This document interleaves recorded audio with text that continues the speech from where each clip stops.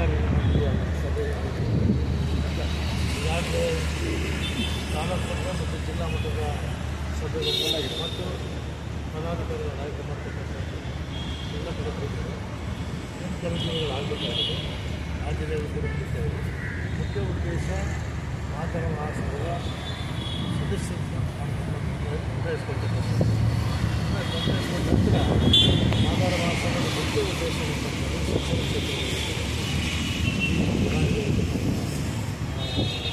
ಶಿಕ್ಷಣ ಕ್ಷೇತ್ರದಲ್ಲಿ ಸೌಲಭ್ಯಗಳು ಅವಕಾಶಗಳು ಮತ್ತು ಅನೇಕ ವಿದ್ಯಾವಂತರು ನಿರುದ್ಯೋಗಿಗಳು ಇರತಕ್ಕಂಥದ್ದು. ಆ ನಿರುದ್ಯೋಗಿಗಳಿಗೆ ಉದ್ಯೋಗ ಮಾಡಲಿಕ್ಕೆ ಇದಕ್ಕೋಸ್ಕರ ತರಬೇತಿ ಕೊಡ್ತಾರೆ. ಇವೆಲ್ಲವನ್ನು ಕೂಡ ಇದರಲ್ಲಿ ಹಾಕ್ಕೊಂಡಿದ್ದೀವಿ.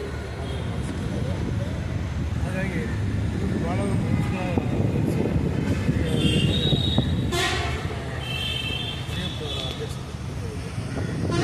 ಈ ಹೋರಾಟ ಸುಮಾರು ಆದಿಜಾಂಬ ಸಂಘ ಅಂತಿದೆ, ಜೀವನರಾಮ್ ಸಂಘ ಅಂತಿದೆ, ಮಾದಾರ ಸಂಘ ಅಂತಿದೆ, ಅನೇಕ ಸಂಘಗಳಿದ್ದಾವೆ. ಎಲ್ಲ ಸಂಘಗಳ ಮುಖ್ಯ ಉದ್ದೇಶ ಅವರಿಗೆ ಆ ಹೋರಾಟಕ್ಕೆ ಸನ್ಮಾನ್ಯ ಸಿದ್ದರಾಮಯ್ಯ ಸರ್ ಮುಖ್ಯಮಂತ್ರಿಗಳಾಗ್ತದೆ. ಬೇರೆ ಎಲ್ಲ ಪಕ್ಷಗಳು ಕೂಡ ಪ್ರಣಾಳಿಕೆಯಲ್ಲಿ ಆದರೆ ಯಾರು ಕೂಡ ಮಾಡಲಿಲ್ಲ. ನುಡಿದಂತೆ ನಡೆದ ಮುಖ್ಯಮಂತ್ರಿಗಳಿಗೆ ಸನ್ಮಾನ್ಯ ಸಿದ್ದರಾಮಯ್ಯ 2023 ಚುನಾವಣಾ ಪ್ರಣಾಳಿಕೆಯಲ್ಲಿ ಹೇಳಿದಂತೆ ಅವರು ನುಡಿದಂತೆ ನಡೆದಿದ್ದಾರೆ. ಅದಕ್ಕೆ ಸಾಕು ಗೆದ್ದಿದ್ದಾರೆ. ಅನೇಕ 35 ವರ್ಷಗಳಿಂದ ಶಿಕ್ಷಣ ಕ್ಷೇತ್ರದಲ್ಲಿ ಭಾಳಷ್ಟು ಮುಂದುವರೆದಿದ್ದಾರೆ.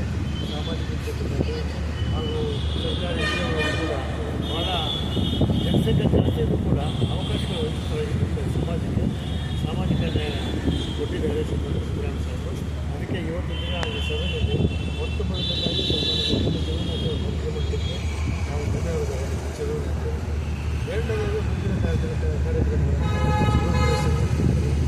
ಇಷ್ಟನ್ನು ಆಗುತ್ತಾ ಮಾದಾರ ಮಹಾಸಭೆಯಿಂದ ಒಟ್ಟಾರೆ ಸಾಮಾಜಿಕ ಕಳಕಳಿ ಇಟ್ಕೊಂಡು ಸಮಾಜದ ಅಭಿವೃದ್ಧಿಗೆ ಕಾರ್ಯಕ್ರಮವನ್ನು ಬರ್ತಾ ಇದೆ. ಇದಕ್ಕೆಲ್ಲ ಒಳ್ಳೆಯದಾಗಿ ಓಕೆ.